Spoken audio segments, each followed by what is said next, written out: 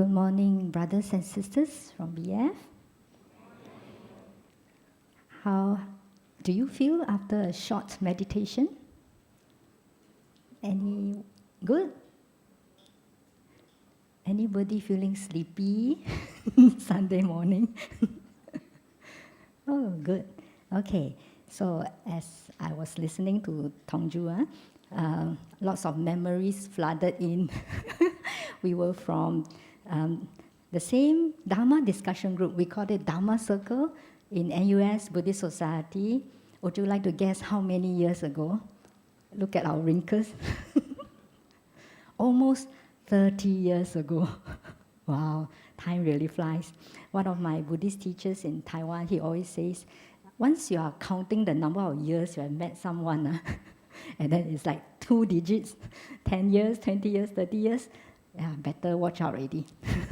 Yeah, age is really catching up, and then we may not have so many of such 10 years, 20 years. Okay, coming to BF is like coming to a big family. Yeah, I've so many Dharma brothers and sisters here. Yeah, even one more Dharma brother, Chi Hao, right? Yeah, also we were from the same society, and then many of the committee members and Dharma brothers and sisters here I know, so I'm very happy to be back again. Good. So what's today's topic? Louder, Vincent? Yes, the only way out is in. Luckily you didn't say the only way in is out. When you get confused, it becomes this way. So, what is this topic all about? The only way out of what is in what? Would you like to make any guesses? Those who have attended my talks, I usually like my talks to be more interactive ones.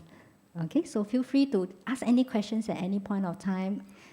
Shout your answers from where you are at any point of time. Okay? It's an interactive, informal one, so no worries. Yeah. Any guesses? The only way out of? Wow. Wow, this big word come already. Samsara.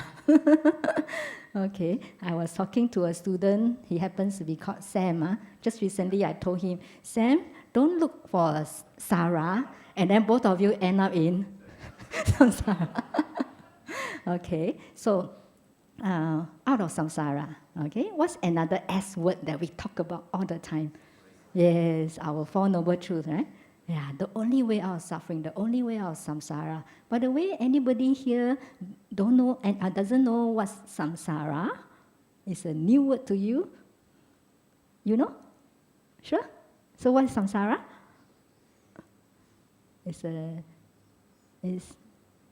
Sorry? It's suffering. More than suffering. If not, we can just use the word suffering, right? Yeah. Tongju.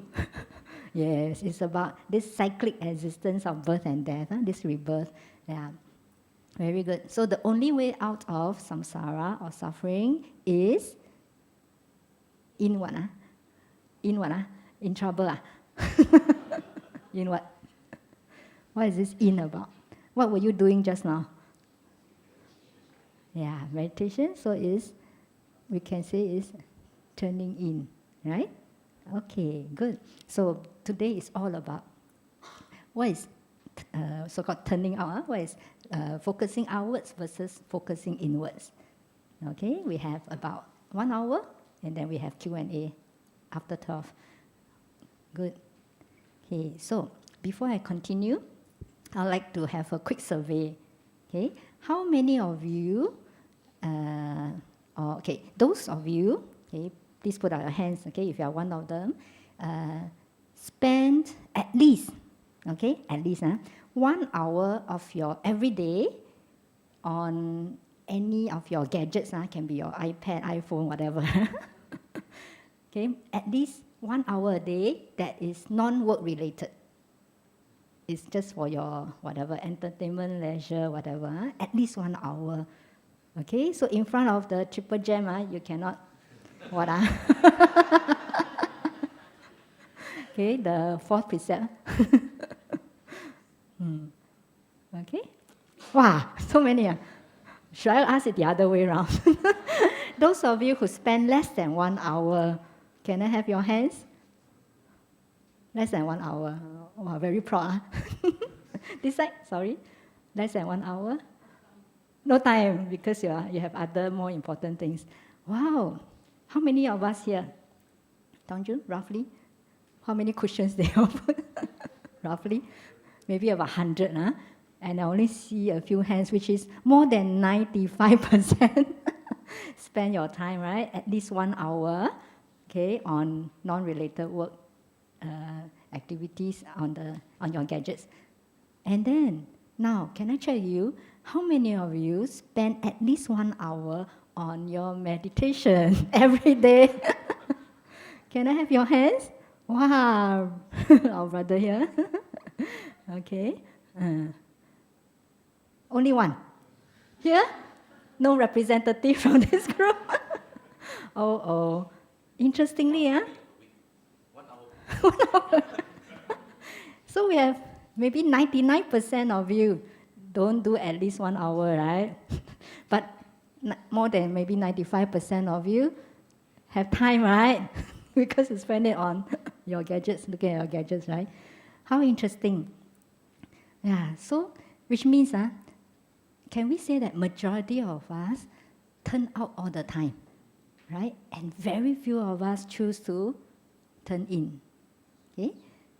Can I say that? Yeah. So what's the problem here? Do we have a problem? Yes. What's the problem here? I heard a loud yes somewhere. What's the problem we have here?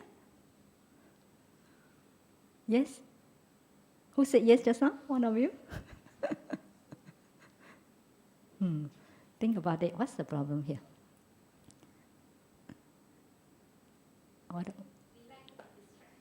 Yes. If you all really check your emails, right? I think we send out emails about our talks every week, right? First paragraph, what words I use? Some keywords. Winnie mentioned, distractions. Okay, we prefer to be distracted, right? Than to focus on what's in our inner world.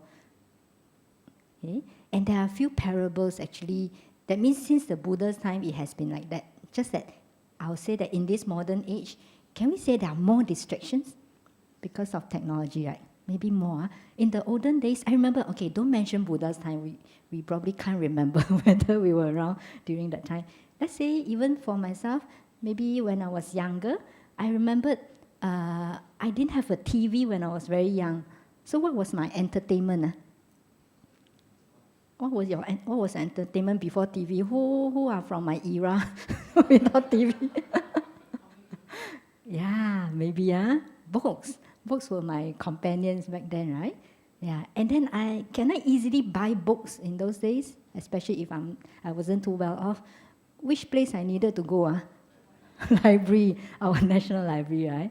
Yeah, whatever information I wanted, I had to go to the library. But I really thank the National Library. Why? I learned my Dharma from National Library, really. Yeah, when I met Dharma at a young age of 14, 15, yeah, my first book was passed to me by my sister. It was a Chinese book about Buddhism. So that was my first encounter. Then subsequently, I went to the library to look for more books. Yeah, really thank the library. So we didn't have much entertainment. And okay, after we had the TV, how many channels we had? Maybe 3, right? Channel 5, Channel 8, maybe. Yeah, maybe a few channels. How many channels you have now? YouTube channels. Can you count? Uncountable already. Wow. So many distractions. And then in the email, I mentioned about fatal distractions. Not fatal attractions, fatal distractions. What are fatal distractions? How can distractions become fatal? Definitely it hasn't happened to you. You're still around. Have you read of so-called fatal distractions? Have you read of people, right, who tried to take some beautiful photo, right? And then what happened? They fell from the cliff or something, right? We hear of stories like that. Have you heard of mothers who were busy looking at their handphone, right? Texting or something. And then what happened to the child? The child was not attended to, and then what happened? Yeah, crossed the road, and then knocked down. Stories, real life stories like that. Okay, so these are like the more so-called serious problems that happen when we are distracted. Okay, so I think it's going to be a more and more serious problem if we don't address it. Yeah, every time I walk into the MRT train, what do I see? They see me, I see them, or I see them, they don't see me. Even I dress in robes, they don't see me because they were busy. Again, I think I always look at them. More than 90% of them were busy on the handphone. So maybe it's work related, I don't know. Yeah, because I understand a lot of you, everything is in your handphone, right? So I used to be a counselor, and I've been still aware what's happening in the counseling world, in the psychology world. And then they told me now they have a new phobia coming up. It's called what? Nomophobia. What is nomophobia? No mobile phobia. That means you walk out of your house, you put your hand in your pocket, and you forgot your handphone. How do you feel? Lost. Huh? Any keywords? Okay, imagine this scenario, okay? You're going to work, you walk out of your house, and then usually you put your handphone, let's say, in your pocket, right? And then nothing in your pocket. Immediately, how do you feel? Panic. Wow, phobia, panic. Anxious? Yeah. And then next, what would you do? Even if you are running late, what would you do? You still go back. You don't want to take the risk of having one day without your right handphone. Okay, so the whole talk can be all about this. Okay, so that's why some temples in Taiwan, I know, they say, do you want to get ordained here? They say yes. You know what's the condition? For some temples, not all. What's the condition? You are not allowed to bring in your handphone.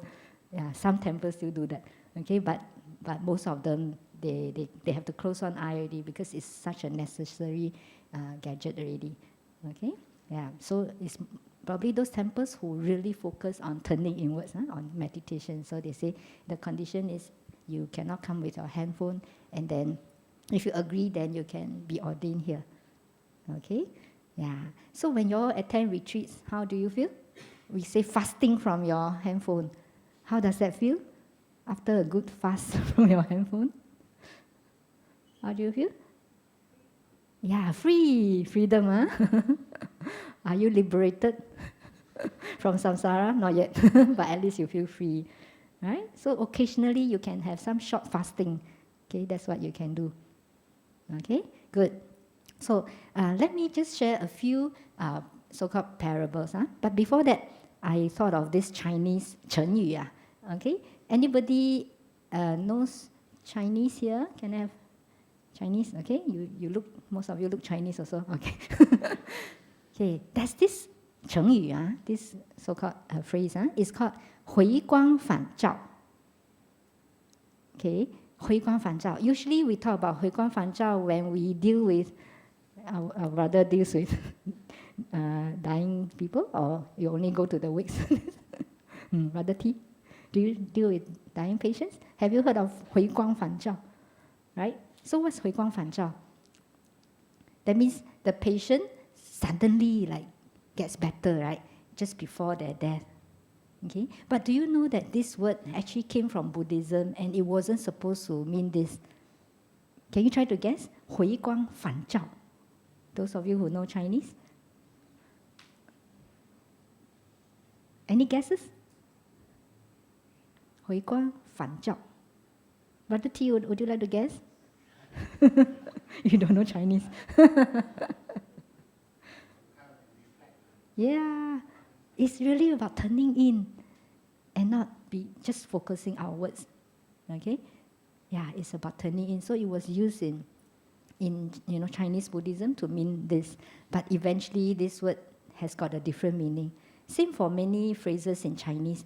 I just share with you. Like, 胡说八道, right? What does it mean? Talk rubbish. Do you know this 八道, does it sound familiar? What is 八道? How come our Noble Eightfold Path becomes rubbish? Do you know why? What's this 胡? A lot of phrase with 胡, a lot of 成语 has 胡, like 胡言乱语, 胡说八道. What is this 胡? You heard of 胡人? 胡人, who are they? A lot of them have this. They are the so-called minorities in China, right? And then, do you think they can speak good Chinese? They speak with accent, just like our foreigners when they speak Chinese, right? Yeah. So when the 胡人, sometimes they become 胡僧, no? What are 胡僧? What is 僧? They ordain also. Okay, can they ordain or not? Can, right? Buddhism is for everyone, right? So some of the minorities, they get ordained, right? And then they start to share Noble Eightfold Path. But then can people understand or not? They cannot understand the essence. So eventually nowadays it becomes what? Talk rubbish.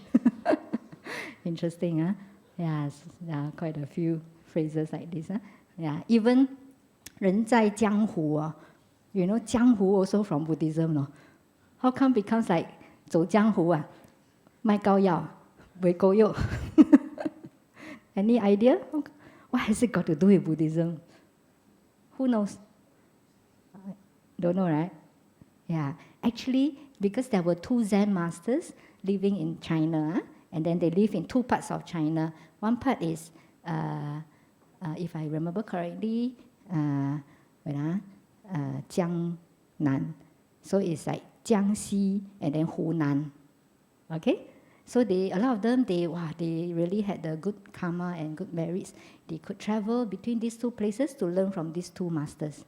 So Jiang and Hu becomes what? 走江湖 lah. Okay? And then nowadays it becomes what? It's like 讲来讲去, sell things or fortune telling or something. So, but it was from Buddhism. Yeah.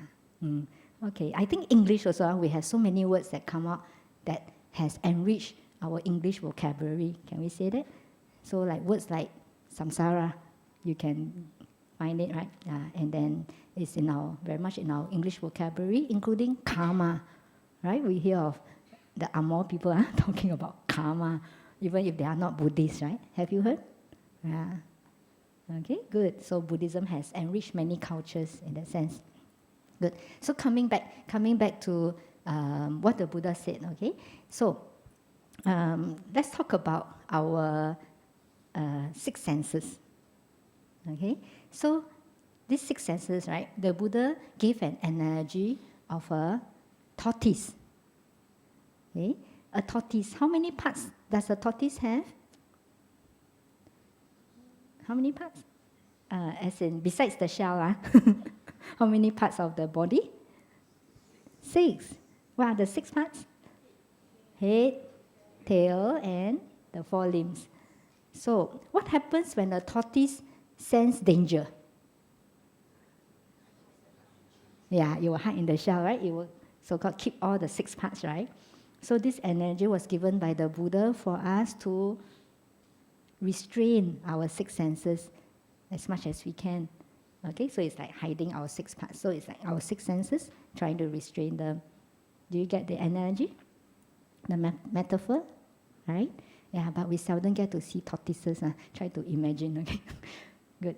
And there's another analogy, another story.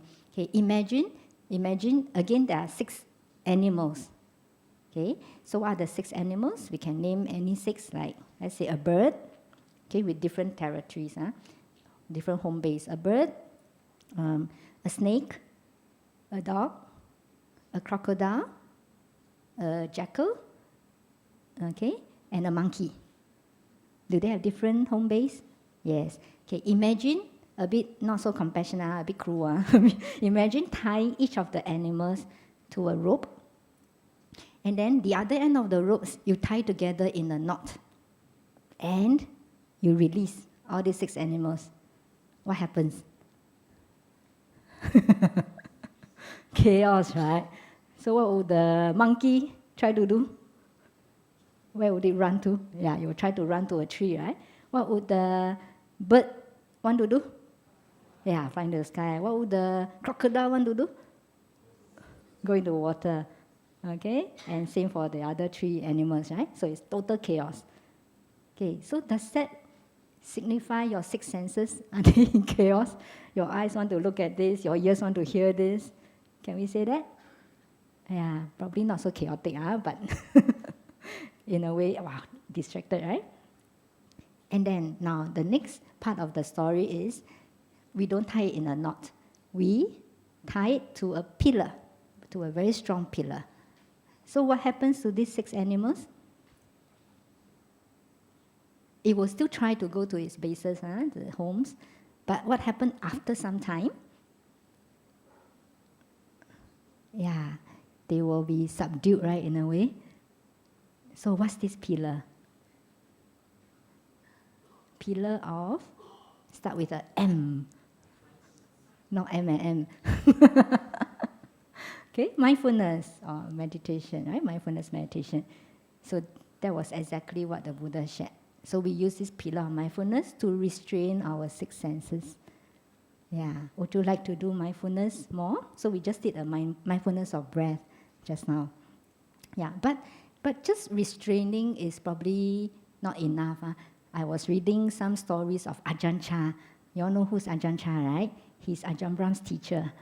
So for you, for those of you who see Ajahn Brahm as your teacher, do you see Ajahn Brahm as your teacher? Most of you, right? He's our spiritual advisor here.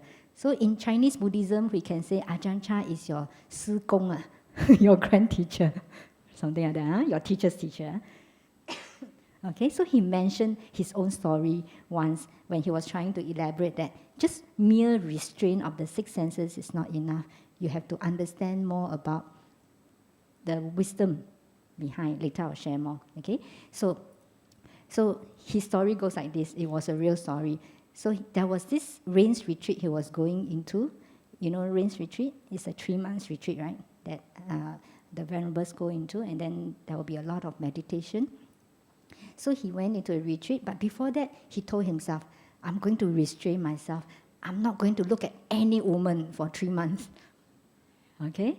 And because of his strong will, right, he managed. So for 3 months, he restrained, okay? And then he didn't see any woman. Then one day, after the retreat, there was this offering of food, okay, by the devotees. So can we say that we don't allow the woman to come and offer? Cannot, right? So he actually shared about this instance whereby he was like receiving the offering, and then suddenly this young woman appeared, and you know what he said? He felt as though he was hit by lightning. Can you imagine? So in a way, he was just restraining, suppressing, right? Then when this young woman appeared, wow, struck by lightning kind of feeling. Okay? So mere restraint is not enough. You'd have to look at the so-called the impermanence, the non-self of existence. Get it? Okay, good. So there's this Pali word, right, that we use when we talk about mindfulness. What's the word? Very good. Sati, right? Sati, you all know, huh? Yeah, I suddenly remember one of my grandmothers, I think, yeah, her so-called her domestic helper. Yeah, her name is called Sati. So every time I call her, right, I'm reminded of mindfulness. Yeah, Sati, Sati. Yeah, just that because my grandma has a bit of dementia, she never calls her Sati. She calls her Sulami, because Sulami was her first domestic helper, first maid. So Sulami, everybody, all the subsequent maids all called Sulami. Sounds like tsunami. Yeah, so she never calls her Sati, but I'm glad we had such a maid for at least 6 years. Yeah, so reminded us about mindfulness. So Sati. But Sati it's important that sati comes along with another important concept. Any idea? Also start with S, so many S. Samadhi already. Samadhi not enough. Samadhi is just concentration, right? We need what? Sila. Precepts. All the S word comes out already. I think you all probably seldom hear of this word. It's called sampajana. Sampajana. So what's sampajana? Any idea? Very good. Wow! We have our brother here. He's quite. Can I say you really study this aspect of Buddhism a bit? Oh, he has got the right definition. Do you all hear? Clear comprehension. Not the comprehension you did when you were in your primary school. Okay? Yeah, it's about clear comprehension. The Chinese word they translated as 正知. So Chinese is we say 正念正知. It's in our earlier sutras, 正念正知. So it's sati, mindfulness, and clear comprehension, which is very important. So what is clear comprehension? You have to really understand. The other way is understanding. Understand the true phenomena of existence. So usually we say they are, what are the three characteristics? Yeah, anicca, impermanent, right? And then, all the A come out already. Anatta, they are non-self, right? And then they are, what's the third one? Sorry? Oh, dukkha. Yeah, sometimes you say there are four, right? Dukkha as well, they are suffering. Yeah, and then in Chinese Buddhism, we stress a lot on so-called, we can attain the state of bliss, of nirvana. Okay, so we need to understand all these characteristics. If not, it's just mindfulness. So I always share, can you mindfully scold someone? Can, right? You are very aware, wow, and then you are so aware of all your anger coming out, right? Mindfully scold someone. So do we have clear comprehension? Can we say we have sampajana in that sense? No, right? Yeah, so mindfulness has to come with wisdom. Okay, so Ajahn Chah talks a lot about we need to learn to let go as well. Okay, we learn mindfulness, but we need to learn about letting go. He has quite a famous saying that says, if you let go a little, you have a little peace. If you let go a lot, you have a lot of peace. If you let go completely, you have complete peace. Make sense? Yeah? So how much have you all been letting go? A bit. Those who let go a bit, can I have your hands? A bit. A little bit. Okay. Whatever in your life. Okay. Let go doesn't mean you don't care, right? Right? We're talking about letting go of attachment. Okay? Doesn't mean that you don't care about your responsibilities. Okay. How many of you can say that you let go a lot? Can I have your hands? A lot don't have. Completely. You won't be sitting here, right? Even I won't be sitting here. I don't think I've let go completely already. But as a Sangha member, I'll definitely say I let go more than you, right? At least I let go of my hair. Yeah, anybody with same hairstyle as me. But out of bo pian, right? Because they drop, right? No. Yeah. So I was watching this video about one of our Zen masters, like Thich Nhat Hanh. Yeah, this young little girl innocently asked him, "Why do monks and nuns don't have hair?" Then Thich Nhat Hanh answered, "It's not that we want to save on shampoo. Okay? It's really that we want to, let go, and then we want to show that we are different from others, right? So that they won't come after us and want us to become their husband and wife, something like that." Okay, yeah. So it's really important that we let go as much as we can. Okay, very good. So far, any questions? You have been listening, nodding. You can catch our line of thought so far. Okay, so it's important to turn in, right? It's important to turn in with mindfulness and also with wisdom, not just mere mindfulness and restraint of the six senses. Okay, good. Any other questions so far before I continue? If not, right, I would like to share some so-called Zen stories. Okay, also back to Ajahn Chah. So there are people who was sharing with Ajahn Chah back then. Even they tell him, "Wow, Ajahn Chah, you are like a Zen master." They actually told him that. So then sometimes he will smile. Okay. Then there was once when a Korean Zen practitioner went to look for him. Yeah, and then shared with him this Zen story and wanted to ask him how, any so-called any interpretation. So this was actually a famous Zen story of our sixth patriarch, one of the Zen masters, sixth patriarch. Do you know his name? Liu Zu. You all know, huh? So those of you from my era, there were movies, no? Do you watch movies about him? Chinese movies about Liu Zuhui, no?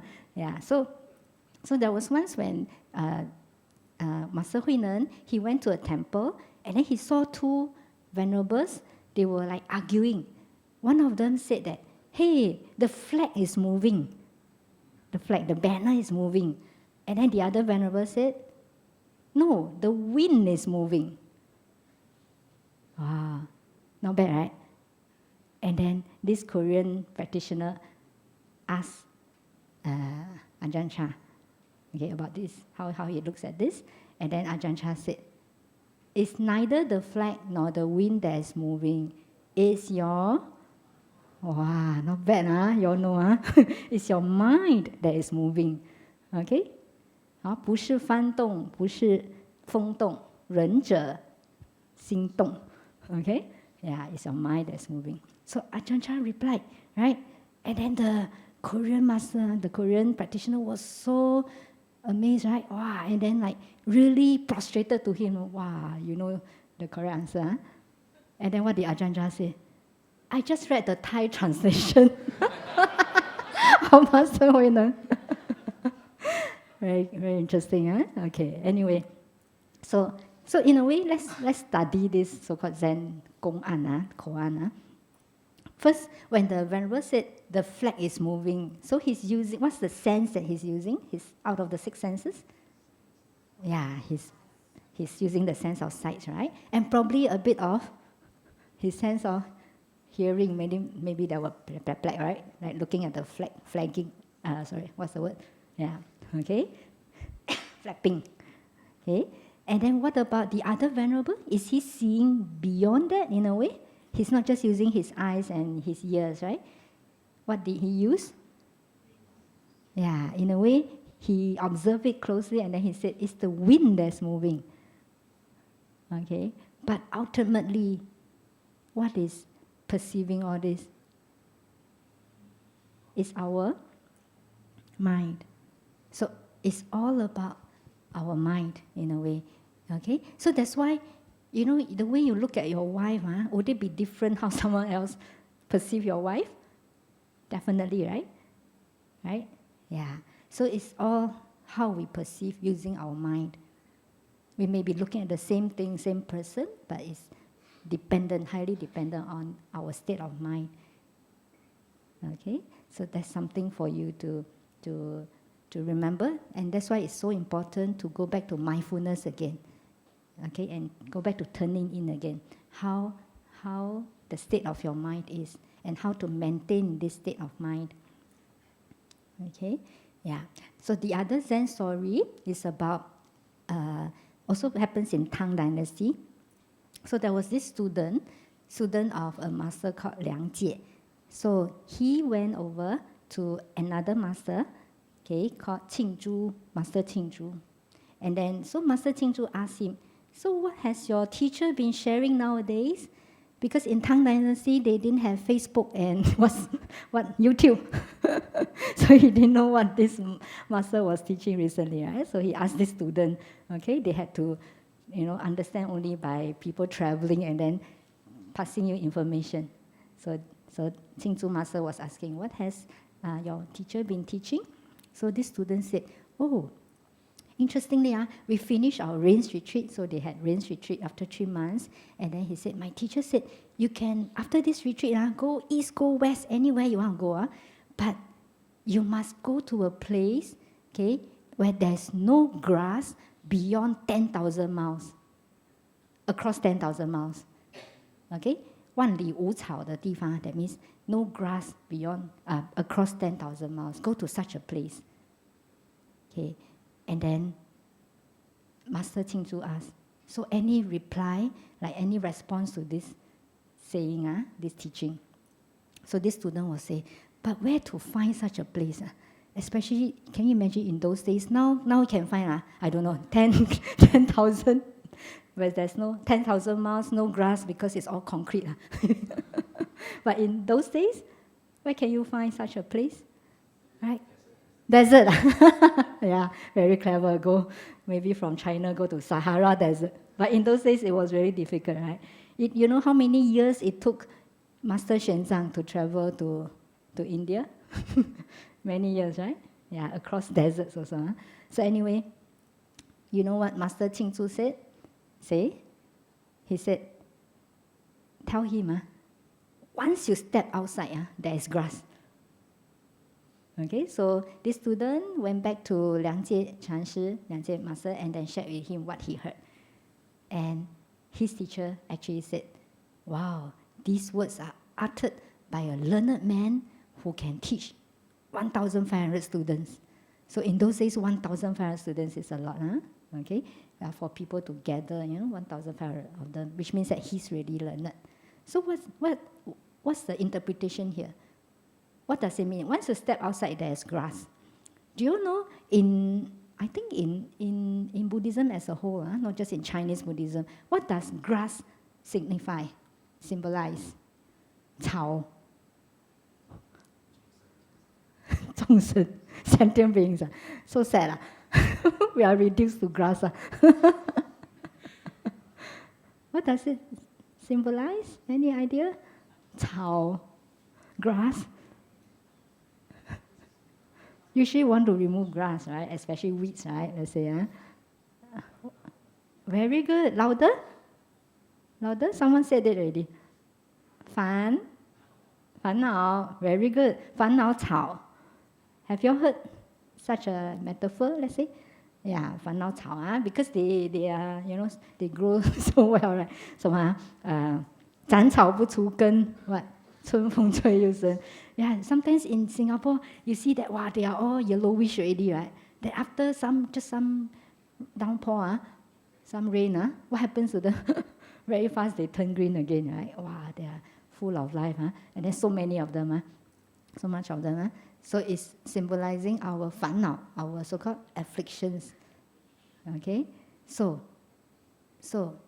what is he trying to say? Once you step outside of what would be all afflictions, once you step outside of your mindfulness, can we say that? Yeah, 一出门便是草. Once you step out, once you turn outwards, focus outwards without focusing on your inwards, you are filled with afflictions. Okay? Yeah, so all these analogies, right, metaphors to remind us to turn in. Okay? So, talking about mindfulness, of course, it's not only when you're seated on the cushion, then it's mindfulness, right? We have mindfulness also in your everyday life. Can we say that? Can you walk with mindfulness? Yeah, be aware of your every step. I always joke, if you walk with mindfulness, most probably you will not fall.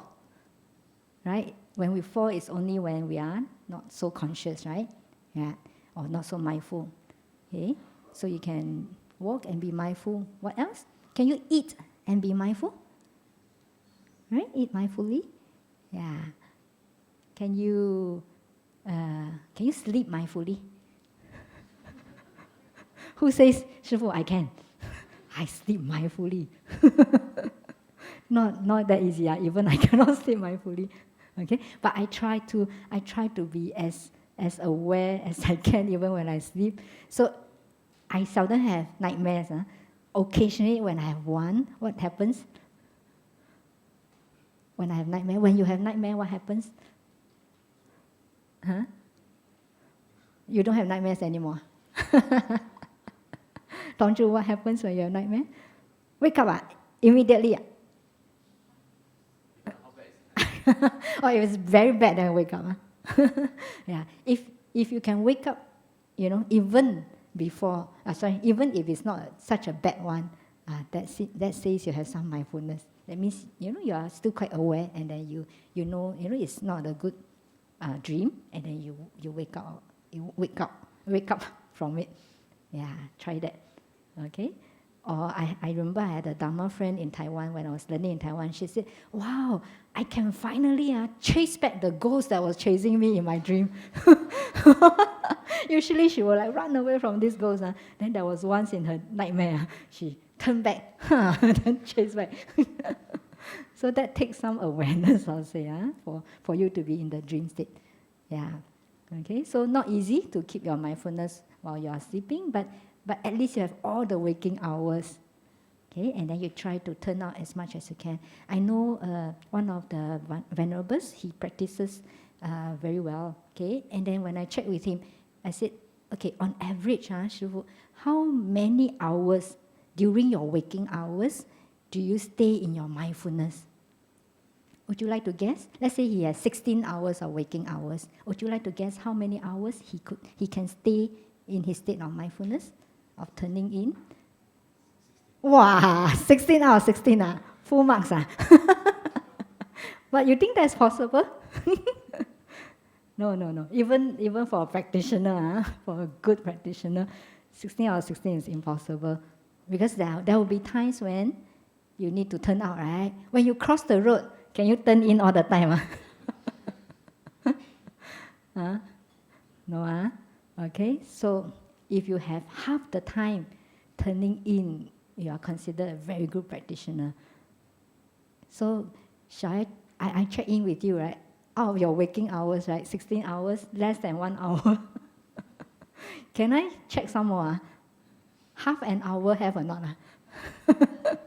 Half an hour? Between half an hour to 1 hour, any hands? Have. Not too bad. See, it's all the minorities again. Yeah. So I was checking with a group of young students. Most of them, they are graduates from the tertiary universities, and most of them were from all the so-called Dharma Sunday schools when they were young, from Comprehension Sunday School. So, wow, they are really our Buddhist elites in a way. So when I checked in, I was supporting them to do at least 10 minutes of meditation a day. And then after weeks, when I tried to check in, still it was difficult for them. 10 minutes a day, it was still difficult for most of them. Then I had to check in already. The same question I asked you all right at the beginning. So how many hours do you spend on non-related work activity, that you spend on your handphone, let's say? And then they confess, they had to confess. Easily, again, 1 to 3 or even 4 hours a day, because they are still not married, right? They have all the time after work, right? 1 to 4 hours, can you imagine? And they can't find time 10 minutes for meditation. Yeah, and one of them actually said it's her entitlement. Wow, her entitlement. She said, "Shifu, I'm a teacher. I'm so stressed. I have to face all these students, right, in school. Yeah, after work, what do? I switch off, right? Okay, and then I'll just, watch whatever I feel like watching. Wow, and they are supposed to be our Buddhist elites, right? Yeah, not easy, So still trying my best to support them. Yeah. Okay, good. I would still want to use some bit of science. I remember sharing this when I was speaking about modern Mara many years ago here. Okay, so I'll still like to use a bit of science, talking about our brain cycles. Okay, anybody remember what I shared about brain cycles? Those of you who came for my talk? Return me, So I'll share with you again, okay? Yeah, let's use a bit of science here. Okay, so let us talk about beta state of mind. Beta, okay? Maths, remember beta?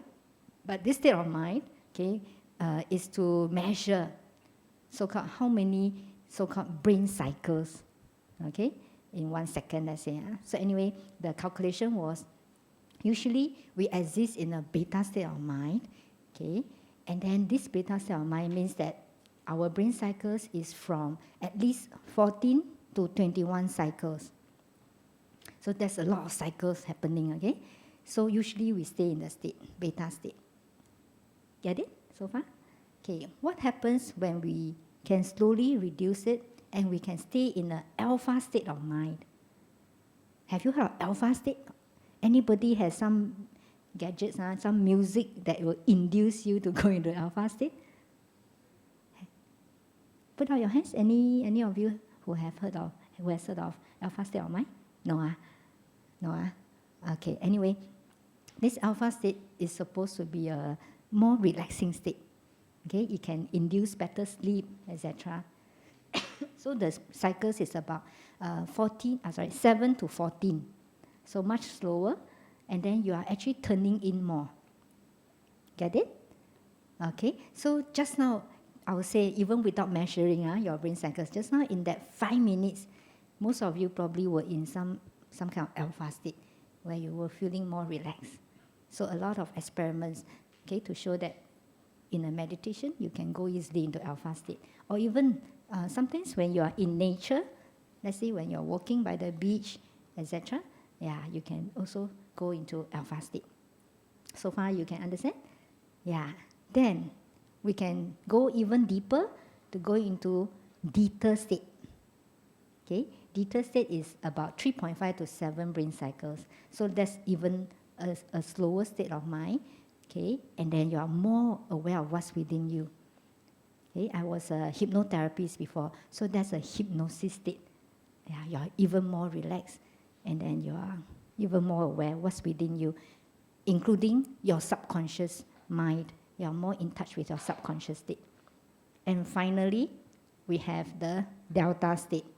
Would you like to guess what's the delta state like? It's about? Yeah, already ZZZ monster all coming out. Okay, it's just from 0.5 to about maybe 3.5. So that's sleeping state. Can we say it's unconscious already? A bit of subconscious. Sometimes you have some subconscious like dreams. Yeah, but a lot of times it's like unconscious. Yeah. So actually they have done studies to say that if we can stay in alpha state more, actually it helps us, even if you are working, right? If you can stay in some form of alpha state, you can be even more productive and more effective in your work. Yeah. So beta state, can you imagine in the caveman period, right? You have to be in beta state a lot. Do you know why? We say it's a fight or flight, right? What if you bump into a bear? Can you stay in alpha or theta or worse, delta state? Right? You bump into a tiger, right? Yeah. So in those days, we had to be really in the fight or flight mode. But nowadays, actually, we can stay in this alpha state more. Yeah, but be careful when you cross the roads. Okay, you still need to be very aware of what's around you. Okay, but at the same time, you can still be more in touch with what's happening within you. Yeah, this thing about theta state, I was talking about we call it the hypnosis state. It's actually a very interesting state that scientists are still exploring. Okay, so I shared also. I remember I shared here also. One of the masters called Drukpa Rinpoche. Have you all heard of Drukpa Rinpoche? No? He passed away many years ago, more than 10 years ago. But he was sharing with one of my Dharma sisters. Okay, my Dharma sisters was asking him, how can I do my chanting of Om Mani Padme Hum in a more effective way? So the Rinpoche was sharing, okay, that you should chant 2 times a day. I won't share what's the 2 times, okay? But would you like to guess what are the 2 times that will help you do your prayers even better?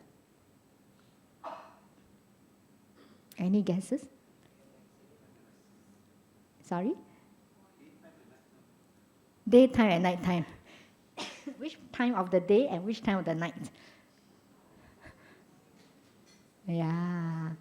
Yeah, you all know, right? Once you wake up in the morning, and then, before sleep. How come you share that it's before sleep? Won't you be feeling tired after a hard day's work? Huh? More relaxed because you have done whatever you need to do already for that day at least. Yeah, actually yes. And then to be more specific is just before you fall asleep and just after you wake up. So actually, in Chinese, it's like 半梦半醒 like that, no? Yeah, but don't worry because that period is very relaxing, and then you can really, let's say your meditation, you can really go deeper into your mind. Yeah. Have you all tried that just before you fall asleep? But of course, there's a danger, huh? What's the danger? You go into delta state. Yeah. Okay. So you try that. So tonight, before you fall asleep, you try to stay in your meditation state and see how it feels. Yeah. Actually, we say, even the scientists find that there are so-called distortions, what we call time distortions. That means you will not be so much aware of the passing of time. So it's like, wow, 10 minutes can be very, very fast. So that's why in the morning it's dangerous also. Why is it dangerous? Yeah, late for work, you think, I just meditate for a while only. Wow, half an hour gone already. Yeah, okay. So actually we are like talking about the states of our mind using science. So it's what the Buddha actually shared with us, okay? When we turn in more, it's actually better for us. Okay, physically, emotionally, mentally, spiritually, definitely. Okay, good. Any questions? We can leave more time for questions, no worries. Yeah. Because later I want to check about your resolution already. No point just listen to a talk. Wow, good turning in is good but you never take your medicine. How good is you don't actually feel the benefits. Yeah. So it's definitely the only way in is turning out. Or we can say the only way to stay in samsara is to turn out all the time. Yeah. Anything in your mind right now?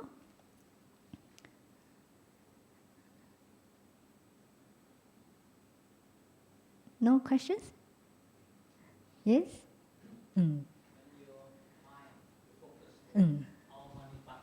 Yes. Now we need the mic because I think there's some recording.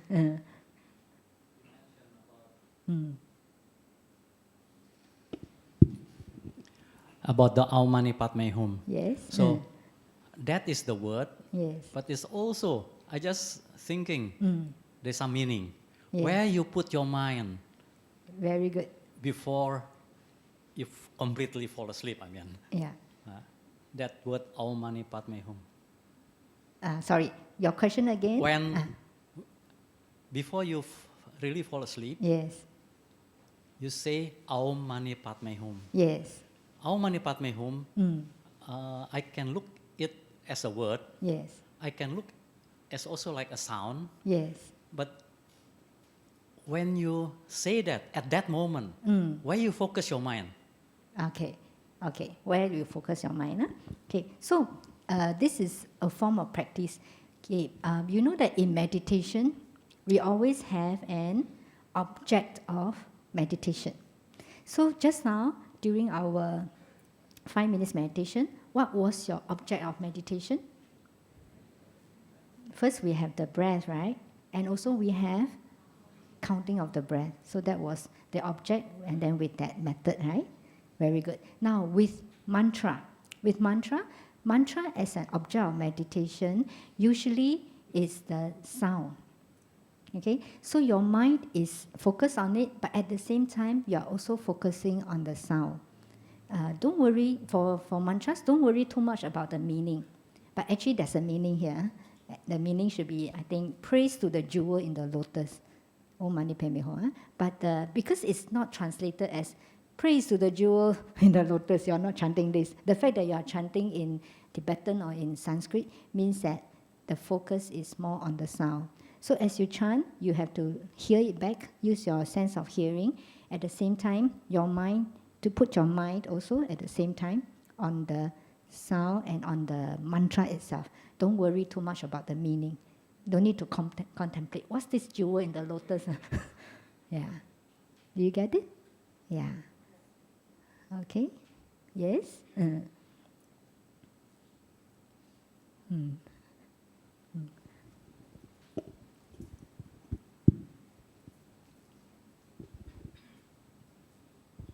I have a question. One of the precepts is not to drink alcohol. The reason being that it dulls the mind, right? So I'm just thinking, some people use chanting, right, as a tool to reach the state you're talking about, alpha, theta, right? Yeah. So how, and also there are also some drugs, drugs are development, right? Yes. To bring people to like adjust the wavelength, sort of depression drugs, or some drugs to calm people down and all this. So how do we tell the difference between using meditation and chanting to change the brainwave into a slower state as opposed to dulling the mind? Because scientifically, in terms of units of measurement, it can be one of the same thing. Yeah. So how do you tell the difference between so what you say, positively bringing your mental good question. cycle into a lower state and so-called dulling the mind. Thank you, brother. Yeah, thank you. Yeah, first we talk about, let's say I mentioned hypnosis, right? Just now, when I mentioned hypnosis, I didn't mention that, let's say our trainer, right, specifically told us that if we have any patients, make sure they come without any influence of alcohol. Okay, so definitely even in therapy, let's say, we don't want any external influence coming from substances like alcohol or definitely not drugs. Okay, so I don't know how these drugs or whatever substances alter or like reduce the wavelength. This one I haven't really studied. Okay, but one thing for sure, even in therapy, right, we don't want any influence like this. Not to mention our practice, let's say in Buddhism, right? All the more we don't want any influences from external. Why?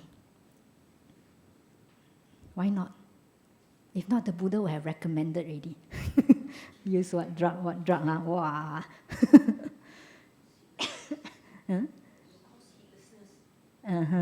Definitely. Yes. Precisely, because they are called what? They are poisons in a way, right? Intoxicants, right? Yeah, so they will definitely, you use the word also, it will dull our mind, it will intoxicate our mind, it will also intoxicate our liver, our health. So definitely we don't use them. And that state, I think is definitely different. It's definitely different. When we talk about practice, right, we should always have, just now the brother mentioned, clear, right, clear comprehension.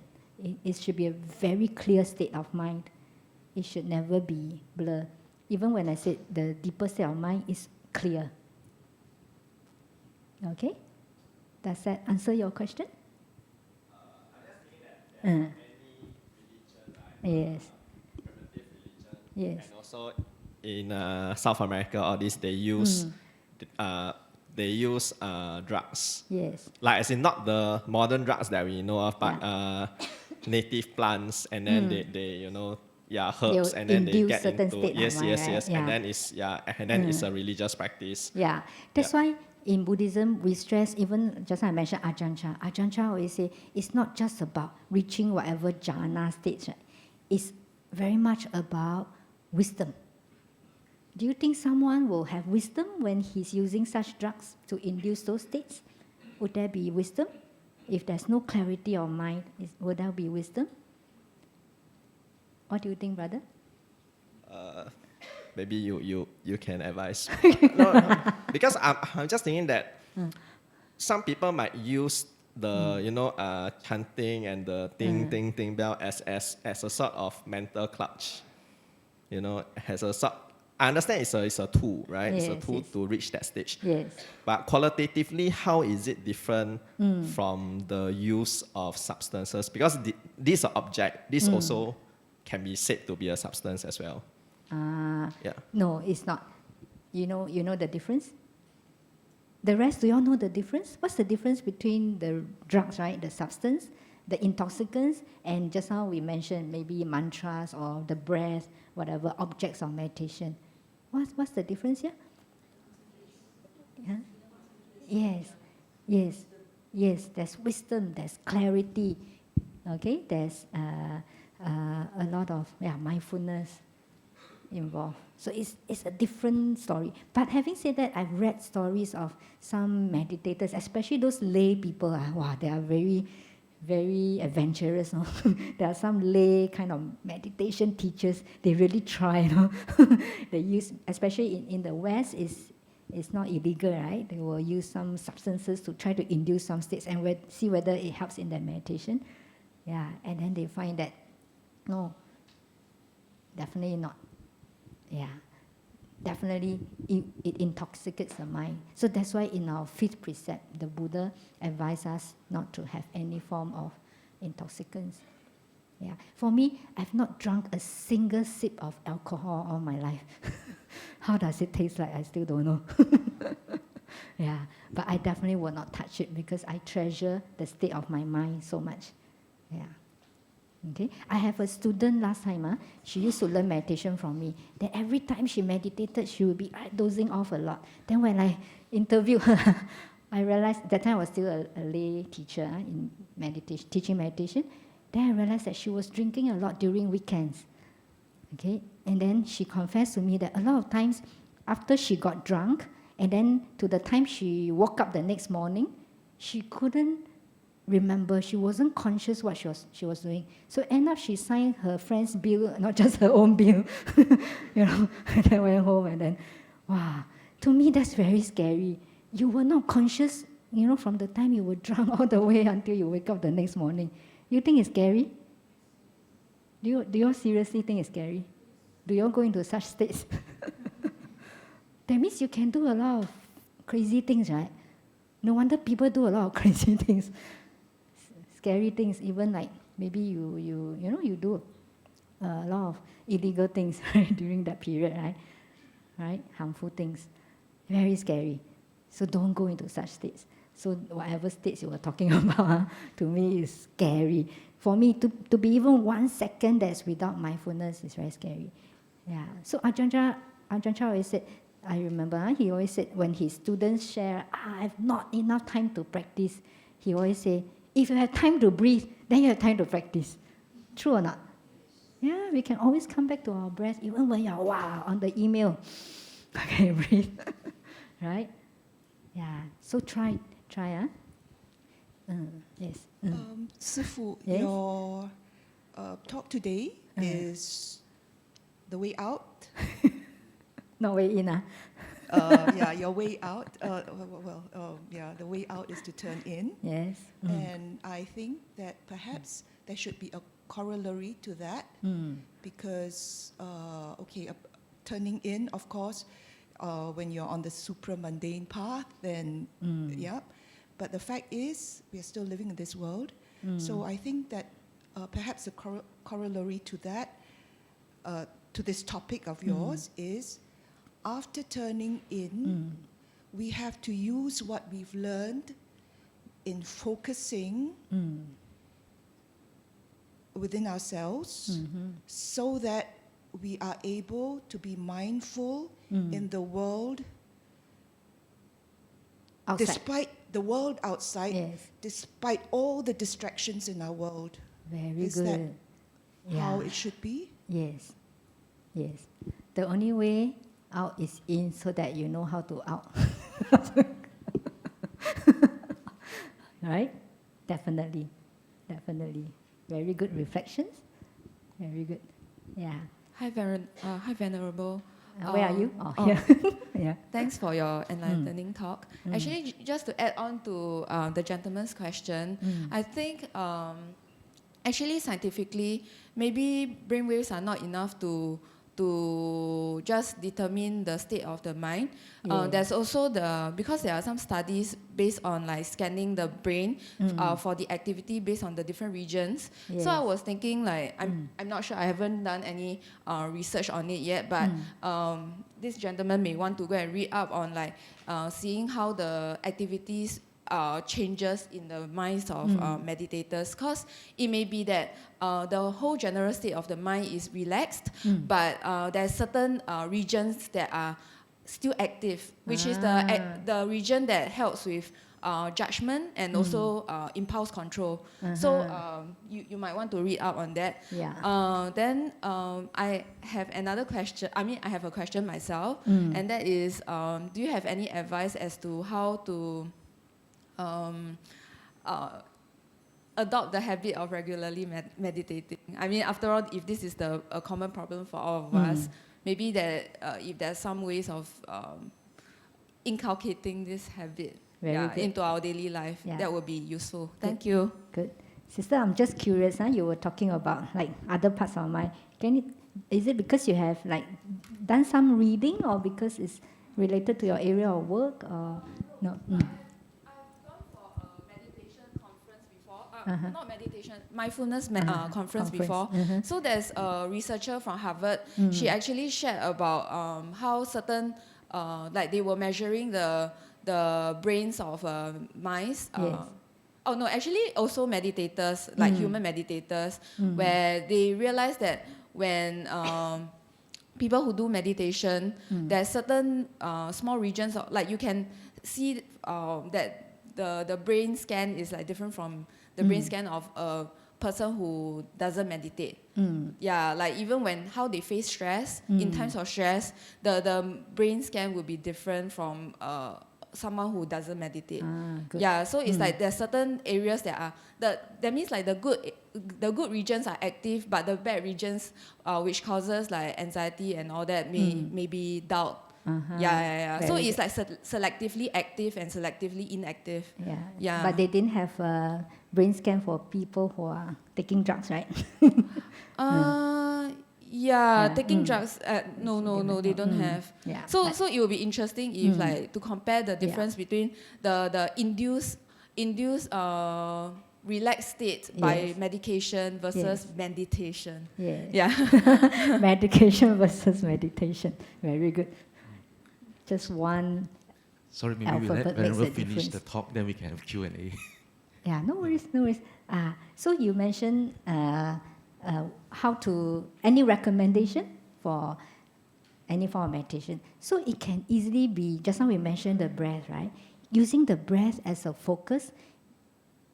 Do you breathe all the time, right? You sure? How many of you were aware of your breath just 1 minute ago? Can I have your hands? You were aware? You have been, okay, how many of you have been aware of your breath from the start of the talk until now?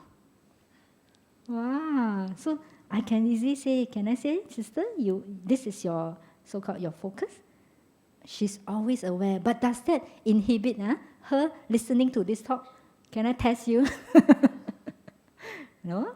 So we can be aware, right? Turn in, be aware of our breath, but at the same time we can turn out, we can use all our 6 senses, right? Right? But it takes training. Can I say that? It takes practice, sister. It doesn't just happen like that, right? Right? Yeah, just curious. Maybe I put the standard lower. How many of you were aware? So now it's 12, right? From 10:30 to now, let's say, for 1.5 hours, half the time you were aware of your breath. More than half of the time. Can I have your hands? Higher? More than half of the time. So can I say the rest less than half of the time? Or even lesser? 1/4 time, or even lesser. Right? So this can be a very, very good method. And for people who are even more, so-called more good at this method, right? Maybe for this sister, one day she can even drop her breath, not that she doesn't breathe anymore. Drop her mindfulness on her breath and just be aware. Do you think that's possible? Right? Just maintain your mindfulness, awareness, okay, outside and inside, especially inside. Yeah, so that's one that you can do anytime. So the Buddha actually recommend the 4 foundations of mindfulness. Have you heard before? 4 foundations of mindfulness. What are the 4 foundations? First is mindfulness of the body. Okay, so while you're seated here, have you been aware of your body posture? Okay, those of you who have been aware, can I have your hands? You have been aware of your bodily structure, your body structure. The rest don't know. Then you slouch, you don't know. Hunchback, you don't know.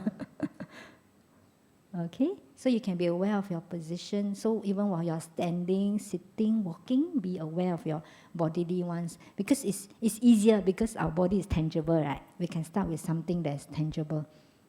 Okay, so that's what the Buddha taught his disciples back in those days. So the monks, while you're eating, be aware of how your hand is moving. While you're wearing your robes, be aware how your hands and your body are moving, etc. So can this be done? Can, right? Mindfulness of body. Then next, mindfulness of feelings. So yeah, be aware how it feels for you, when you are doing anything, how's the feeling like? When you are eating your food, how's the feeling like? And whether you're feeling comfortable, all the sensations, be aware of all the sensations. Then third, mindfulness of the mind, right? So whatever feelings inside you, the emotions, whatever, right? Be aware, right? And finally, mindfulness of the last one? Dharma. How you all define Dharma? I'm very curious how, especially let's say you all practice Theravada Buddhism, right? How do you all define this last foundation of mindfulness? When we say Dharma, how do you all define? See the Dharma, see the truth in everything, right? Practice it in this way, right? Yeah. So interestingly, I've heard of some teachings from some Theravada teachers and also some Mahayana teachers who are practicing these 4 foundations of mindfulness. Because it's like, you can see it's like more and more subtle, right? From the body to sensations to feelings as in the mind. And then actually, they sometimes refer it to our thoughts. Because Dharma includes everything, right? Seeing the Dharma in everything. They actually use it as a practice. Be aware of the thoughts, whatever thoughts inside you. Yeah, so it's like even more subtle. So in a meditation, you can use that. Be aware of any thoughts coming in. In Zen Buddhism, they call it mo zhao chan. You just watch your thoughts. So I think it's quite similar to. Is it similar to vipassana in a sense? Or vipassana, you have something to focus on as well. You have a teaching, like a truth to focus on as well. Or I'm not so sure because I don't practice vipassana. So anyway, this mo zhao chan, right? They call it silent illumination. You just be aware of your thoughts, and then coming in, and then like once you have to, what do you call it? 不怕念起，只怕觉迟, which means we are never afraid of the thoughts coming in, but we are concerned that we are too late in being aware of the thoughts. So you watch the thoughts, it will like come and then you will just go. So you really watch them. Okay? Yeah, so that's something you can do. Right? Yeah. Does that answer your question, sister? Right? You can look up 4 foundations of mindfulness. Have you read this before? Something that you can read. It's in the what's the Pali word? Mahasatipatthana Sutta. Long word. Okay? In Chinese, we translate as 大念处经. So it's very clear how Buddha shared, right? So we can use that as a form of mindfulness. Nowadays, of course, psychology, they have, they have such mindfulness. Just now I also mentioned hypnosis, right? But we have everything in Buddhism, and then it's free. Copyrighted by our Buddha, okay? You don't need to pay thousands of dollars to learn them. And actually, if we look at mindfulness, it's just right mindfulness in a way, right, taught by psychology. It's just 1/8 of our Noble Eightfold Path. Can I say that? And then, yeah, so we can actually learn from Buddhism, learn from our Buddhist teachers regarding mindfulness. Okay? Very good. Yeah. So how many of you were aware of your breath just 1 second ago?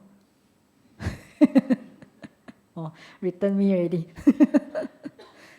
Be aware. Choose one that suits you. So it can be the breath, or it can be how you are feeling. Even I know this young nun, she just ordained. One of my students just ordained in Taiwan. She said she feels her awareness, right? It's like this energy near her heart area, something like that. No, just be aware of that. So whatever method you use, okay, but don't be just caught up in whatever six senses that your six senses are focusing on, six sense objects. Okay, try to turn in and be more aware of what's in your inner world.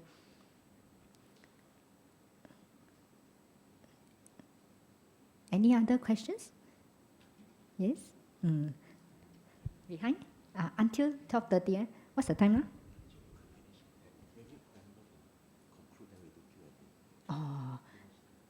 Okay. Conclude. I've been concluding already. So the only way out is in.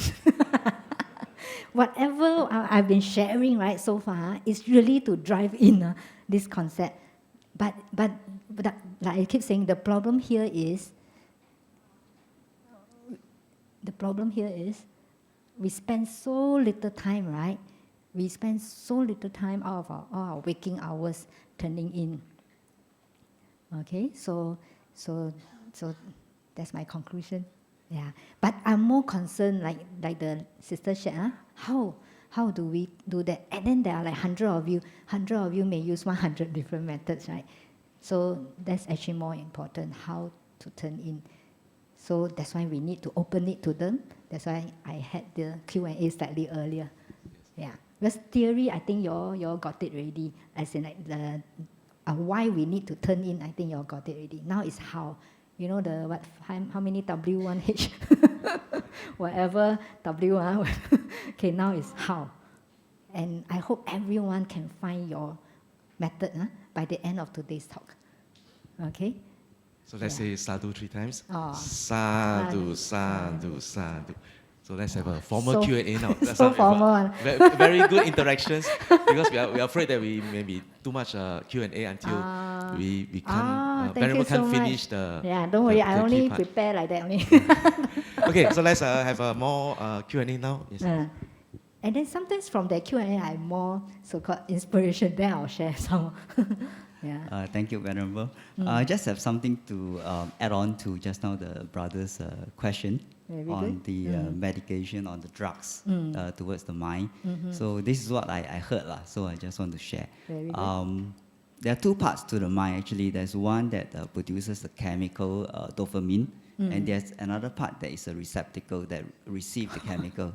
So those that use drugs to induce the dopamine to be produced, and it's in the abundance, and then it causes you to be in a state of ecstasy. But as you use the drugs, you become addicted to it, because the next time you're dependent on it. But the next time when you want to have that same high level, you need to take more drugs in order to get to that level. Very good. So the next time it becomes a round of cycles of addiction. That is the difference. But for meditators, I think when they did the studies, is that the receptacle becomes more sensitive to the dopamine. So even if you produce a little bit of dopamine, the meditators actually receive it. It becomes very sensitive to them, and they feel that state of ecstasy, the state of calmness or happiness in them. So that's the difference. When you use the drugs, you induce the chemical to come out, and you become dependent on it. Whereas for meditators, you are sensitive to the chemicals that's being produced. That's a difference. Wow. That's what I heard. You heard, so huh? I'm So- not a scientist or researcher. So from hearing, but I think it solves his question already. I hope that's for sharing. Oh, okay, why not? But sorry, I have a question on my own. Okay. You talk about the 4 foundations of mindfulness. Yes. May I know, because I've been always wondering, what is bodily formation? What is defined as Zen Xin? What is defined as Xin Xin, a mental formation? That's something that is quite foreign to me. And there's another question that I have is, what is the difference between the 4 foundations of mindfulness and the mindfulness in the 7 factors of enlightenment? Are they the same or are they different? Wow, I have a scholar here. Very good. Okay, so Shen Xing and Xin Xing. But are you talking about this Xing as well? Sankhara? Are you curious about this Sankhara as well? Okay, actually, in Dharma, right, my experience so far, having like studied, I even went all the way, you all cannot imagine, go to England to study Dharma. Funny, right? Right? But I did that, because I was in Taiwan for 3 years. So the postgraduate studies are not recognized worldwide.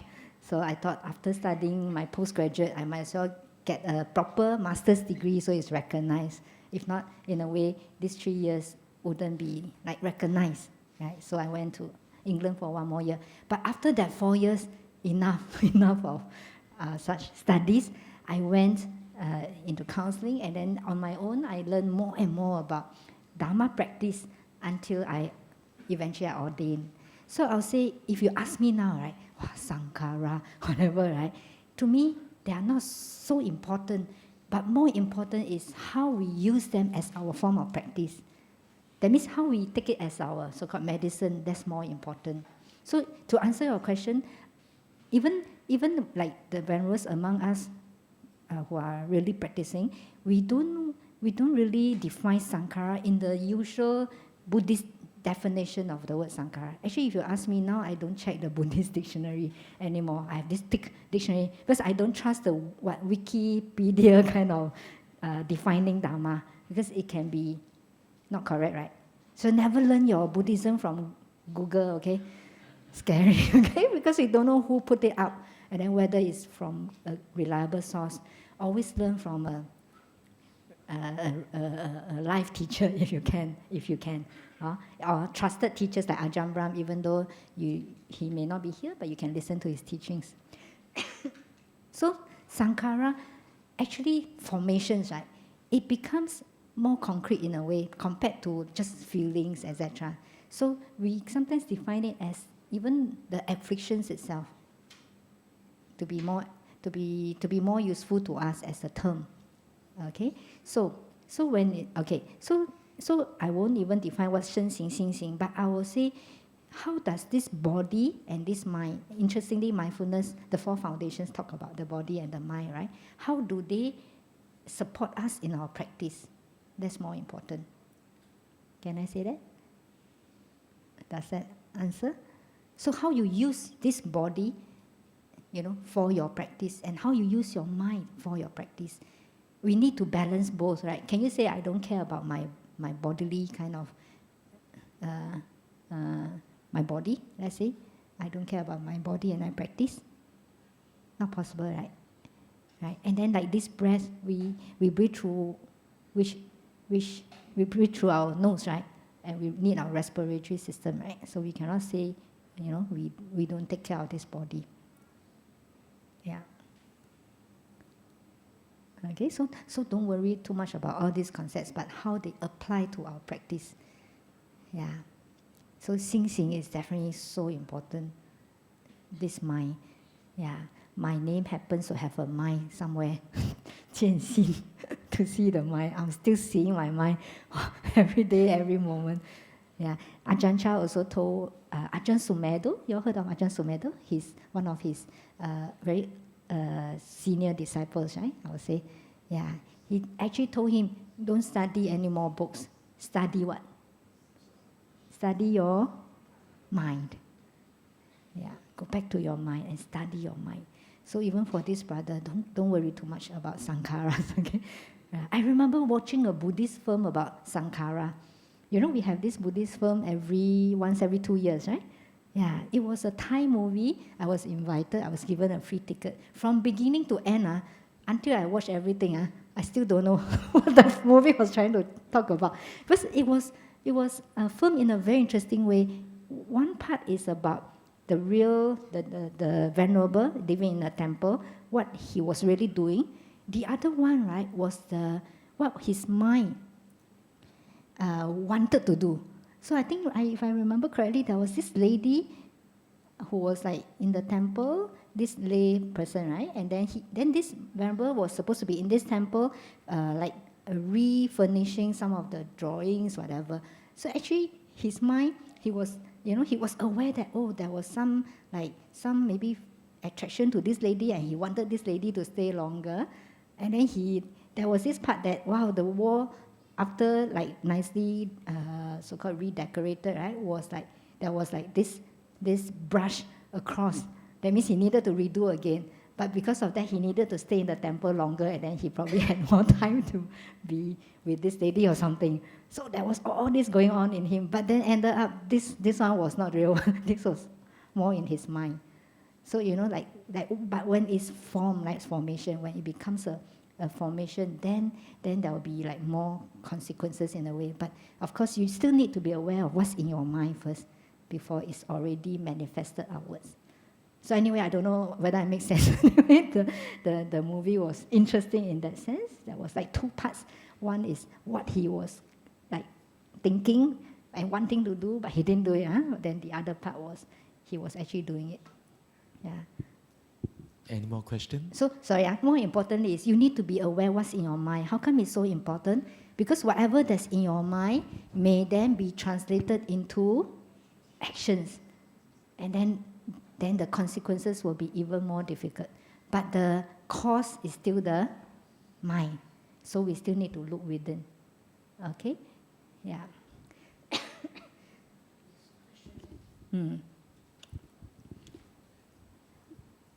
I think that brother also has one more question that came from there. Oh, sorry, there's a second part to your question. Yes. Oh, yeah. So if you ask me, right, again, I'll say the Buddha, when he shared his teachings, he shared with different groups of students, or sometimes same group, but then because the students are of different inclinations, right? Yeah, different backgrounds, then he will share them in a different way. So I'll say this four foundation of mindfulness is like is divided into these 4 types. But when we talk about the 7 factors of enlightenment, right, it talks about just mindfulness, right? So this is like a summary, I'll say, of this whole group of mindfulness. So they can be divided into these 4 types. But if you group them as a whole, it's still mindfulness. Can I say that? Yeah. Okay, but anyway, these 37 factors, have you heard the whole 37 factors of enlightenment? There are so many so-called, so much wisdom in it, so much to explore within it, right? Because I learned them in Chinese. Even the 五根五力, there are so many things. And there's sati inside them, right? 念念念. So it's so important inside. But there's also like effort. If we don't have the effort, then where comes the mindfulness? Then there's definitely wisdom inside, right? Yeah, so there's so much to explore. So brother, I would say, go deeper into all these, but for your practice, not just for, just to understand the meaning. Yeah, use them for your practice. Everything that the Buddha shared would really point towards our practice and for us to gain enlightenment. Okay. So thank you for your question. Maybe due to time constraint, just one more question. Wow, Tongju, you are very good. One more. We only talk 20. I wanted to ask about mindfulness again, because I came across to a few videos talking about our subconscious mind. Yeah. So it's for a human, it's almost 90% of our activity is influenced by the subconscious mind. Then 95%. Then one day I decide to, okay, today I'm going to be mindfulness. Then I find it very hard because, yes, because let's say I'm driving, then I realize that I'm driving, but I really like lost whether I'm mindfulness driving and looking at the things around me. So what's your question? Then, I know what you're thinking. What's your question? My question is how to be the basic thing, the very easy things to be mindfulness. Yes. Okay. Thank you. So I will still use our mindfulness of body, which is the breath. I think that's easy. That's easy. If not, okay, let's say body, right? Your hands are on the steering wheel, right? Yeah, you can also be aware of the sensation. You put your mindfulness there. Yeah, to start with the body first, and then like your breath as well, so that you're not. But you, of course, you need to be aware of the traffic. But part of your awareness has to be within. Let's say that's why, including your body. You can start from this.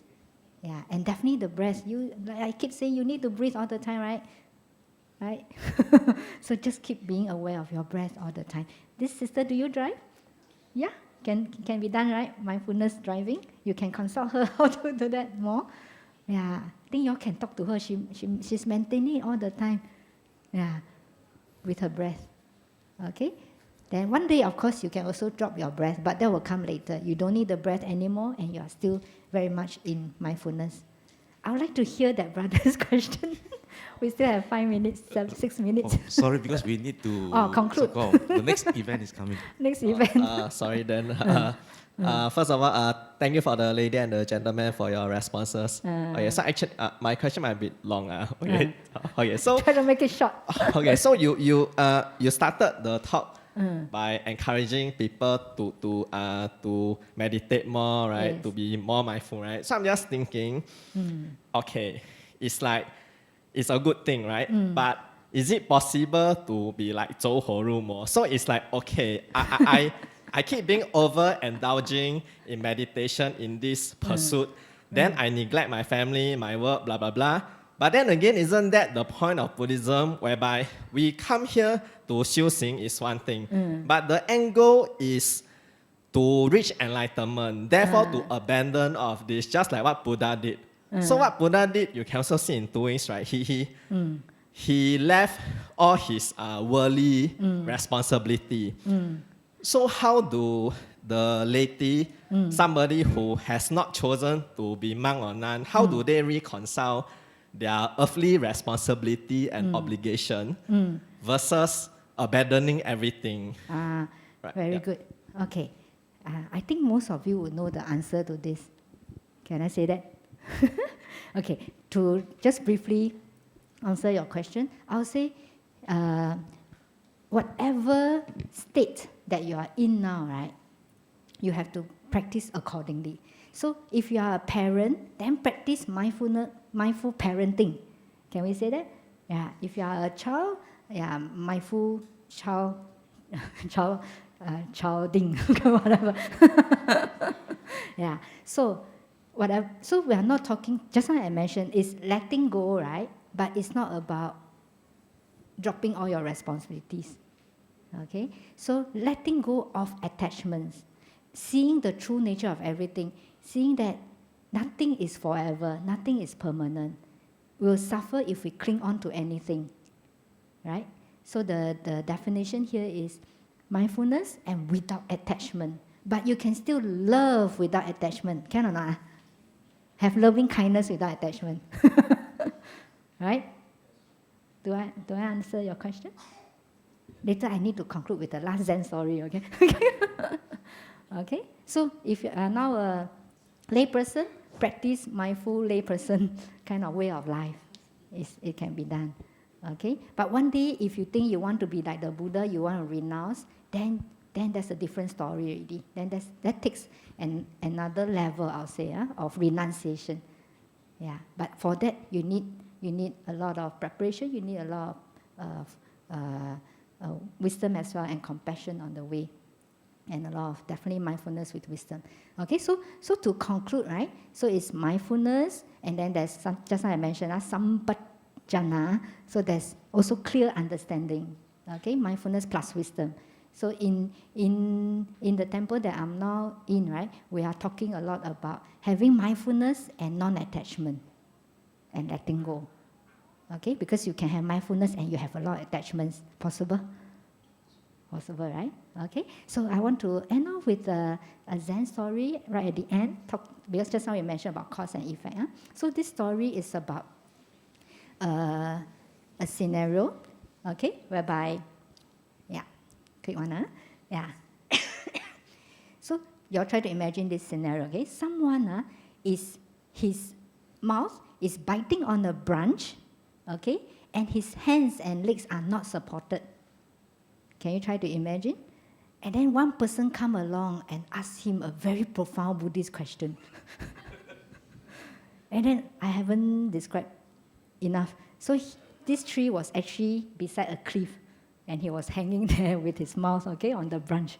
So should he answer this profound Buddhist question? Can or not? Once he opened his mouth, what happened? He would fall and drop to his death, right? Yeah, he shouldn't. Huh? So now this question was posed to a Zen master. So Zen master, if you are that person, what would you do? You know, you want to guess what the Zen master replied? You have no time to guess. And you probably won't be able to know. Anyway, the master said, only ask such questions before you went up a tree. After you went up a tree, don't ask such questions anymore. So we always must remember, we must go to the cause. That's more important. Okay? A lot of times we suffer because we are reaping the results already, and then we lament, and then we regret whatever. With wisdom, with non-attachment, okay, with mindfulness, then we don't create karma right from the cause. And then we won't need to worry about that state that we mentioned or any other effects. Okay, with this we end today. Thank you very much. Thank you. Sadhu, sadhu.